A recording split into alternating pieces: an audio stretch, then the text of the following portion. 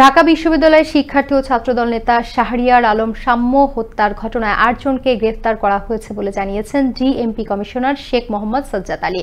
মঙ্গলবার বিকেলে রাজধানীর ডিএমপি মিডিয়া সেন্টারে আয়োজিত এক সংবাদ সম্মেলনে তিনি কথা জানান। রাজধানীর বিভিন্ন এলাকায় ধারাবাহিক অভিযান পরিচালনা করে তাদের গ্রেফতার করে ডিএমপির গোয়েন্দা শাখার একাধিক দল। এ সময় আসামিদের দেয়া তথ্য মতে সোহরাওয়ার্দী উদ্যান থেকে মাটি চাপা অবস্থায় হত্যায় ব্যবহৃত 2টি সুইস গিয়ার চাকু উদ্ধার করা হয়েছে বলেও জানান ডিএমপি কমিশনার।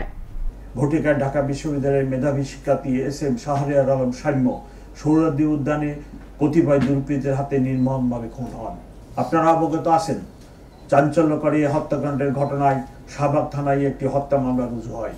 পরবর্তীতে বিজ্ঞ আদালতের মাধ্যমে ধৃত 3 আসামিকে রিমান্ডে নিয়ে জিজ্ঞাসাবাদ, প্রাপ্ত গোয়েন্দা তথ্য ও প্রযুক্তিগত বিশ্লেষণের মাধ্যমে ঘটনাস্থলে সরাসরি উপস্থিত ও হত্যাকাণ্ডে অংশগ্রহণকারীদের শনাক্ত করা হয়।